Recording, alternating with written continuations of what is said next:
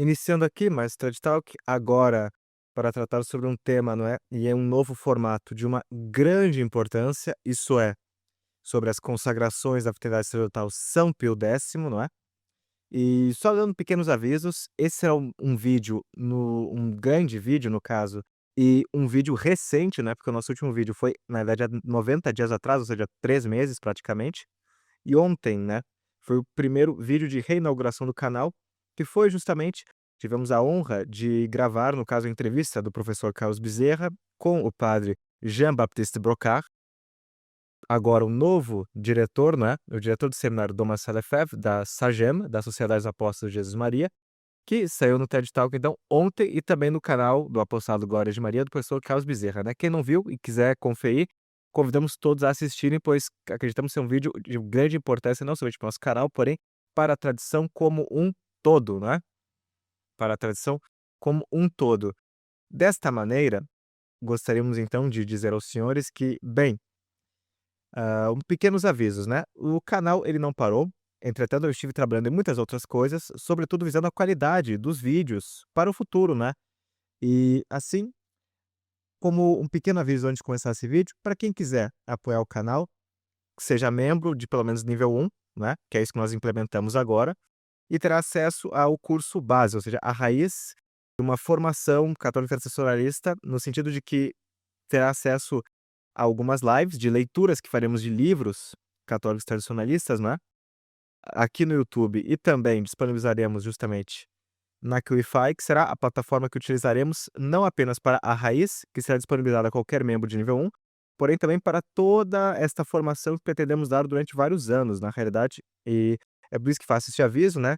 Quem for aqui no site TED Talk, está aqui, formação continuada, tradicionalismo católico, e para quem quiser, essa é a landing page que nós vamos deixar no link deste vídeo, que é 14,90 por mês, resumindo.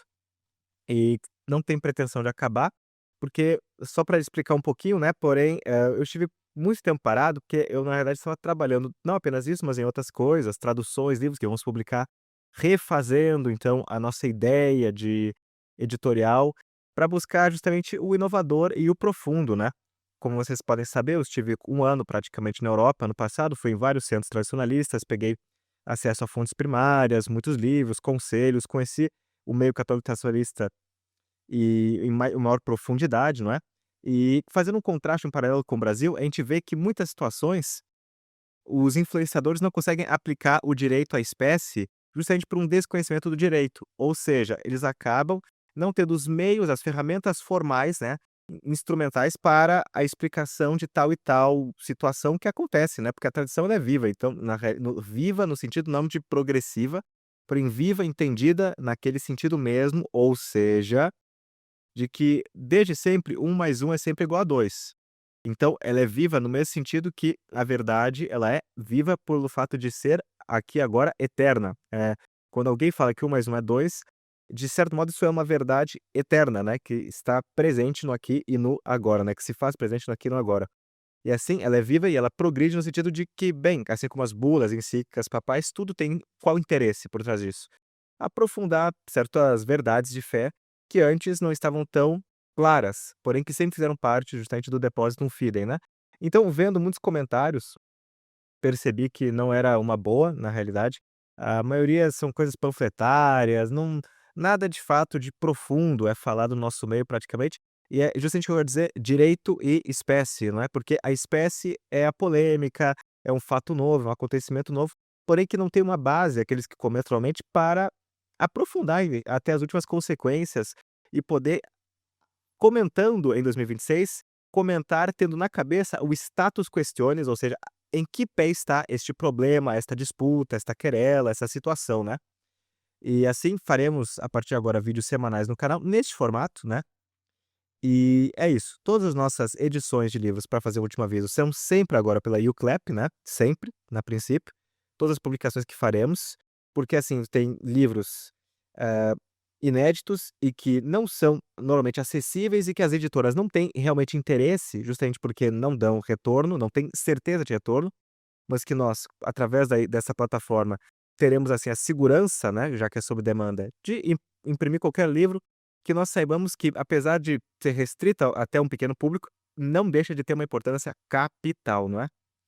Então essas foram um apanhado de novidades, e agora então o canal Graças está voltando com tudo, né, e temos nosso Substack, ou seja, eh, o nosso canal agora de para comentarmos notícias, como faremos agora então hoje a leitura de um dos artigos que publicamos no Substack, em que nós buscamos formalizar e também subir um nível um pouco aqui do debate, né, das questões do meio tradicionalista, e é 100% de graça, então quem quiser nos acompanhar pelo Substack, nós recomendamos, e está sempre no primeiro link da descrição dos vídeos, está sempre nos links, na realidade, da descrição do vídeo. Então vamos lá, a notícia de hoje, né? Quem serão os novos bispos da Fraternidade Sacerdotal São Pio X? Já sabemos o nome de pelo menos 3, os mais prováveis. Então, vamos lá. Como já indicamos anteriormente, ou seja, em outro artigo, a expectativa é de que sejam 5 os bispos consagrados no dia 1º de julho de 2026 para a Fraternidade Sacerdotal São Pio X, em continuidade à sua missão de preservação da Igreja Católica, ou seja, da Operação Sobrevivência de Monsenhor Marcel Lefebvre. Em meio à crise atual, tanto no plano sacramental, quanto no doutrinário, dado que é a doutrina, na verdade, que sustenta e dá forma à aplicação desses mesmos sacramentos, ou seja, quem não tem a fé de Trento não tem por que celebrar a missa de Trento, na realidade, senão somos apenas curadores de museu, como diria o Padre Hess, né? Então, em 22 de fevereiro de 2026, é isso que eu quis dizer com o status questiones, né? Saber em que pé está essa situação, o padre Jean-François Moreau confirmou a possibilidade de ao menos 4 consagrações. Agora, é o parênteses que eu gostaria de fazer, né? Pessoal, já falei com muita gente que, sabe, padres, pessoas que de fato estão no topo ali, por assim dizer, do conhecimento de causa da Fraternidade São Pio X, né? Então, eu tenho a impressão, não sei, de que o número 4 é certo e de que o número 5 ele é possível. Porém, o que eu já sabia, pelo menos já há um bom tempo, é que sempre se falava de 5 bispos, né? Até uma vaticanista comentou que serão 5 os novos bispos lefebristas. E 5, nesse sentido, tem um significado um pouco maior do que 4, porque 88 foram 4, não é? Porém, qual foi a data de 88? Foi 30 de junho de 1988, as primeiras sagrações. E qual é a data atual? 1º de julho.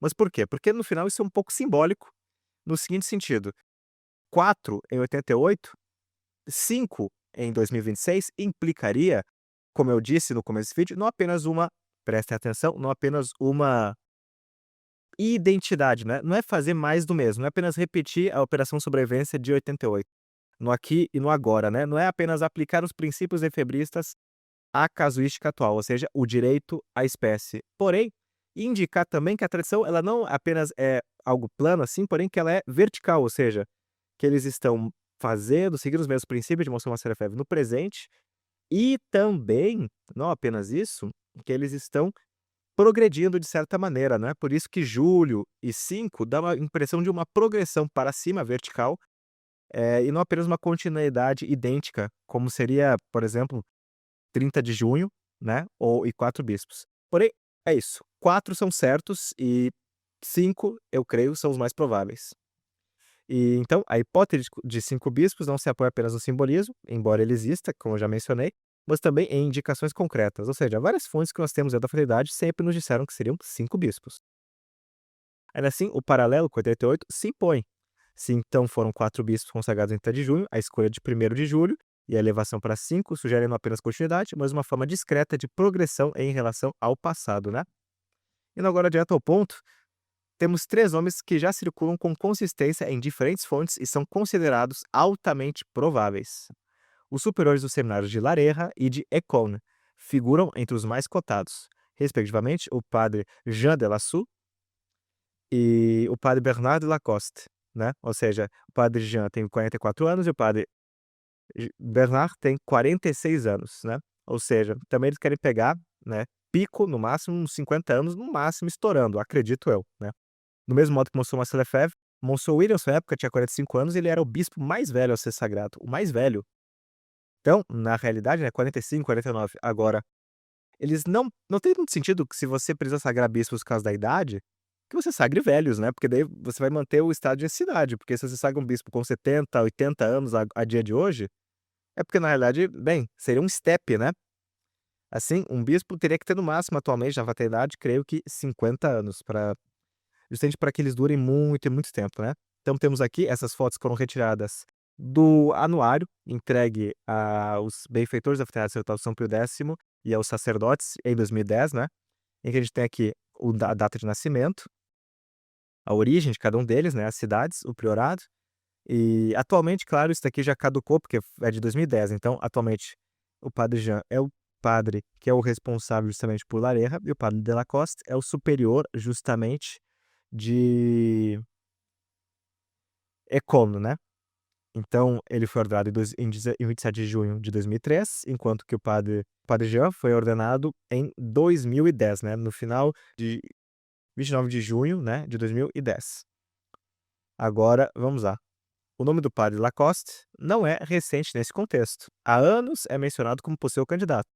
Intervenções públicas suas, amplamente difundidas pelos canais de certa sociedade, apenas reforçam essa mesma percepção, ou seja, aquele sermão dele que até no Brasil foi replicado, não é? Explicando, introduzindo a questão das consagrações da sua necessidade, né? Agora, uma pequena biografia, né? Pelo que nós sabemos, a linha doutrinária dele ela é clara, particularmente em relação às tensões internas e sobre os acordos com Roma. O que posiciona o reverendo padre entre os homens mais consistentes no atual cenário e um dos mais duros, pelo menos dos que nós sabemos. E acreditamos que o padre Pagliarani tem plena consciência disso. E acreditamos também que ele vai buscar colocar bispos, né, mais longe da posição conciliatória de Schmidberger e de Dom Pelé, e do próprio Dom Pelé, partindo para uma ruptura mais abrupta com Roma. E é isso que nós esperamos que de fato, sobretudo através dos padres franceses, que eles de fato façam e progridam rumo a uma ruptura, não a uma conciliação, porque isso é uma conciliação com erro. Seria permitir estar amordaçado, não é? Como diria Monsenhor Marcel Lefebvre, justamente na carta que ele envia aos futuros bispos que ele consagraria, né, ele fala que não se pode mais confiar em Roma, que as negociações elas têm que ser somente quando o Papa e os bispos, os cardeais, eles estejam de acordo com as primas, que eles estejam de acordo com a Pascendi, que eles estejam de acordo com a Humanum Generis, tudo isso, ou seja, que eles estejam de acordo com a doutrina dos sucessores deles, dos antecessores deles, de modo a que, hum, estando de acordo com a doutrina perpétua dos sucessores da Cátedra de São Pedro dos últimos 2000 anos, sem contar com a bizarrice que foi o Concílio Vaticano II, que a partir de sem um acordo prático, porém e sem uma colaboração prática, porém somente a partir de uma concórdia em princípios doutrinais, é que nós poderíamos, assim, justificar de fato uma possível futura negociação com Roma, ou seja, quando eles se converterem à fé católica novamente, né. E gostaríamos de entrar e cotejar aqui certas coisas rápidas com base no outro nome que vem a seguir. Ou seja, para explicar o segundo candidato, temos que explicar o terceiro, que é o padre Thibaut Faver. Esse não é um francês, mas é um suíço, né, que ele é natural do Valais suíço, de um cantão, próximo mesmo a École, né. Ele no sábado de 22 de fevereiro de 2014, ele foi ordenado na festa da Cátedra de São Pedro por Dom Afonso de Galarreta, o bispo auxiliar da Fraternidade Sacerdotal de São Pio X, né, que assim, ele havia sido ordenado diácono, isso é interessante, em Lareira, porém ele foi ordenado sacerdote justamente na igreja do seminário de Ecônio, né, esta foi a primeira ordenação, não é, essa foi a primeira ordenação de fato na igreja do seminário de Ecônio, não é, como dizem as próprias fontes da fraternidade. Assim, é interessante que esses padres, eles são eu não descobrimos ainda a idade dele, né, entretanto ele aparenta ter por volta no máximo de 45, 49 anos, então segue a mesma linha de bispos jovens, né. E para explicar agora o que nós queremos pontuar é o seguinte: atualmente, recentemente, houve uma reunião entre os padres da fraternidade, os superiores de distrito, etc, né. E está tendo uma reconfiguração interna dentro da fraternidade, em cada distrito, motivada pela reunião anual dos sacerdotes e pelas consagrações, ou seja, estão fazendo essas reuniões prevendo as consagrações para julho, né. Ou seja, uma coisa em função da outra. E o distrito da Suíça anunciou que o padre Hasse é um novo superior distrito para a Suíça. E essa decisão ela foi tomada pelo padre Pagarani, superior geral, juntamente com seu conselho. E essa mudança ela não foi neutra, ou seja, o padre Thibaut ele foi substituído porque ele era o superior de distrito da Suíça, e ele foi substituído do dia para a noite por uma decisão, né, monocrática do padre Pagliarani. Agora, monocrática não, porque teve o apoio do conselho, ainda assim o que eu quero dizer é que por que foi do dia para a noite? Bem, foi do dia para a noite porque na realidade, esse é o ponto, né, o padre Thibaut, ele não poderia ser consagrado bispo, ou ele não seria consagrado bispo, se ele continuasse sendo superior de distrito da Suíça. Por quê? Né? Bem, porque a fraternidade ela não quer, continuando aqui, na prática, bispos auxiliares a exercer a função simultaneamente de superior distrito e de bispo auxiliar, porque isso daria uma impressão de que ele possui jurisdição ordinária sobre aquela região, né?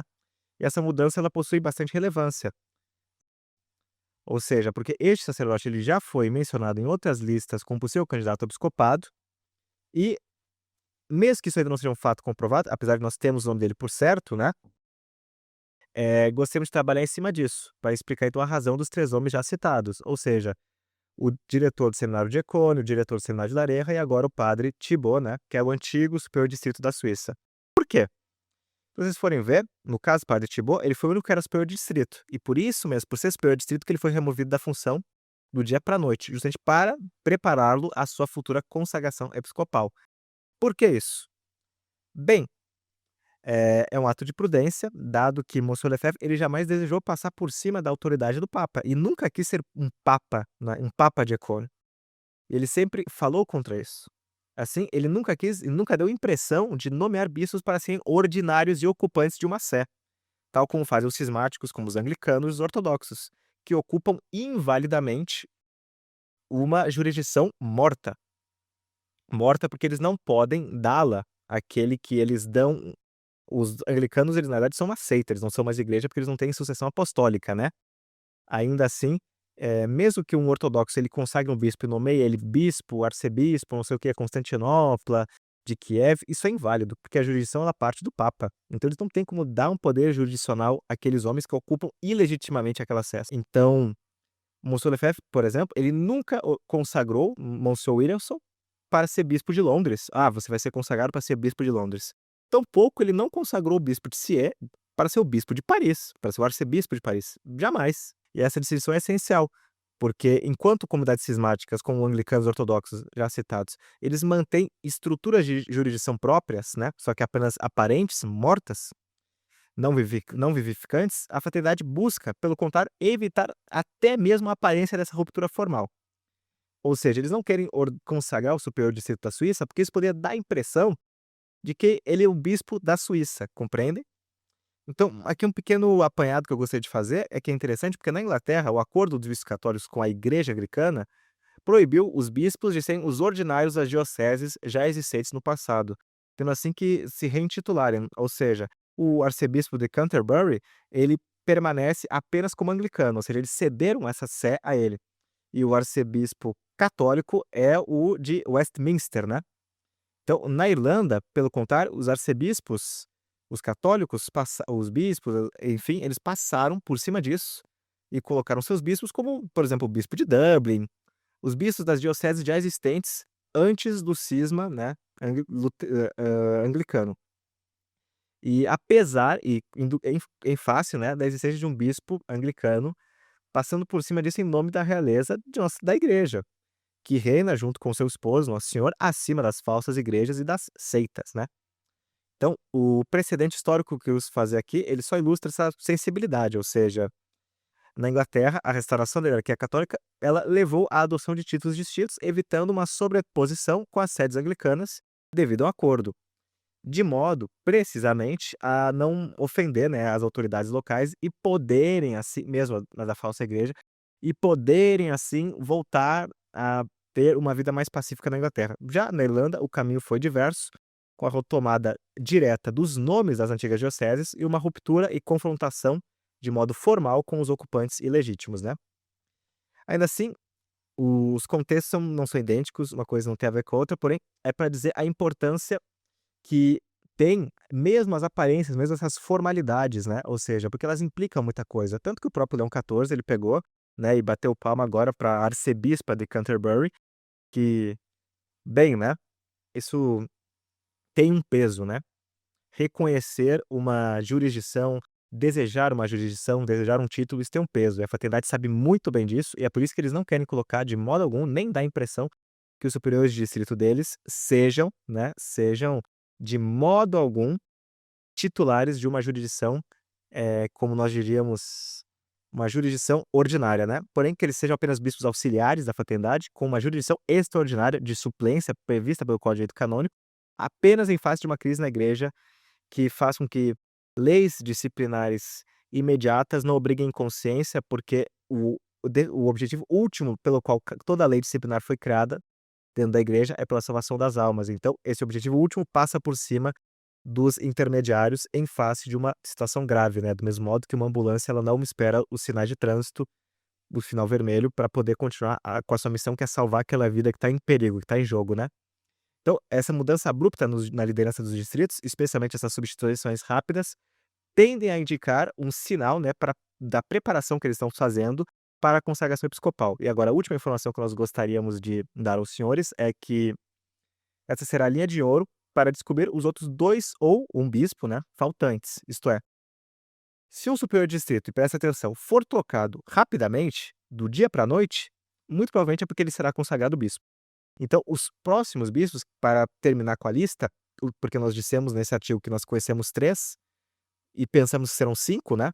Eles muito certamente serão aqueles que, sendo superiores de distrito, serão removidos da sua função de modo a serem consagrados bispos, né? Da nossa parte, sabemos que do que nos convém, nenhum padre da fraternidade que está no Brasil será consagrado bispo, ao menos não segundo a nossa informação, né? Talvez nos provem o contrário, porém, para provar o contrário, certamente, se fosse consagrado bispos, seriam os superiores de distrito, um deles, né? Então eles teriam que perder essa função, serem removidos dessa função de modo a poderem assumir outra função, que é de bispos auxiliares. Então, não acreditamos que isso não vai acontecer, porém, mesmo se acontecer, não é? Bem, se acontecer, o que nós não acreditamos ser o fato, estes, que são os mais prováveis de serem considerados bispos, serão removidos do seu cargo de superior de distrito para serem consagrados bispos, né. Agora, nós sabemos que muito provavelmente que os padres que os senhores pensam não serão consagrados bispos. Muito provavelmente não. Na verdade, tenho por certo que não. Porém, tudo bem, né.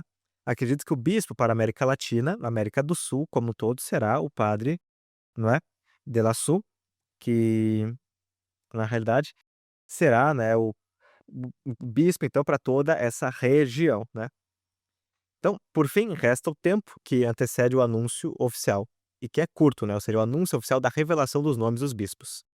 Aproveitemos então a nossa Semana Santa, e eu desejo a todos vocês uma Semana Santa maravilhosa, para rezar por eles, porque são pessoas que serão um pivô nessa crise da igreja, né, um pivô muito importante, para ajudar a mitigar os efeitos do Concílio Vaticano II, né, nefastos e horríveis para o seio da igreja, né.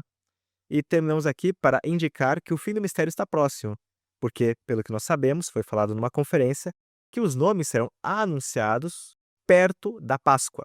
Então aproveita essa Semana Santa para rezar e pedir pela fraternidade, pedir para esses bispos e para a salvação da alma deles, para que eles tenham força, lutem contra o respeito humano e sejam, se possível, da linha mais dura, né, dentro da fraternidade, para que ela possa então fazer um retorno às suas posições mais primitivas, né. E até lá, a estrutura ela vai se reorganizando em silêncio, e enquanto isso os sinais vão se acumulando na superfície. Então, convém, portanto, observar e rezar, e reiteramos mais uma vez, o mistério, desfecho, os nomes, afinal, está próximo de se acabar. Então, agradecemos a todos por assistir esse vídeo, perdoem qualquer erro ou imprecisão, e muito obrigado por todo o apoio que nos dão e continuam a nos dar. E só para explicar, né, aqueles que forem membros de nível 1 terão acesso ao curso base, né, e aqueles que querem as aulas no futuro, ou seja, todas, que nós vamos lançar uma pelo menos por semana, mais uma leitura de um livro específico, relacionado ao tradicionalismo católico, né, uma leitura comentada, assinem então por R$14,90 para serem membros de nível 2 aqui no YouTube, ou na Qlify mesmo, na plataforma em que faremos tanto lives ao vivo, com essas leituras, quanto aulas semanais, para aprendermos ex officio, né, e até exaustão, todos os diversos assuntos que permeiam a crise na igreja e que nos dão a possibilidade de ter maior base na hora de comentarmos também essas notícias que saltam, e para que nós saibamos que essas negociações, que tudo isso, enfim, isso não vem do nada, né, isso é tem um histórico por trás, e é este histórico que nós vamos avaliar e dar a vocês, sempre buscando as fontes primárias, as melhores fontes, para fazer qualquer comentário da nossa parte e não falar nada a partir da nossa cabeça. E buscando lutar contra este efeito horroroso, este efeito péssimo que é precisamente a superficialidade, e dando aos senhores os meios para conhecer a extensão e a totalidade dos assuntos que permeiam a crise na igreja, com fontes, argumentos e tudo mais, de modo assim a que, como diríamos Marcel Lefebvre, que estudemos para não sermos traidores, né, para que não saiamos então da igreja e do combate de Monsieur Marcel Lefebvre. Então, é isso, agradeço a todos pelo apoio que nos dão, somente pelos senhores aqui o canal continua e salve Maria.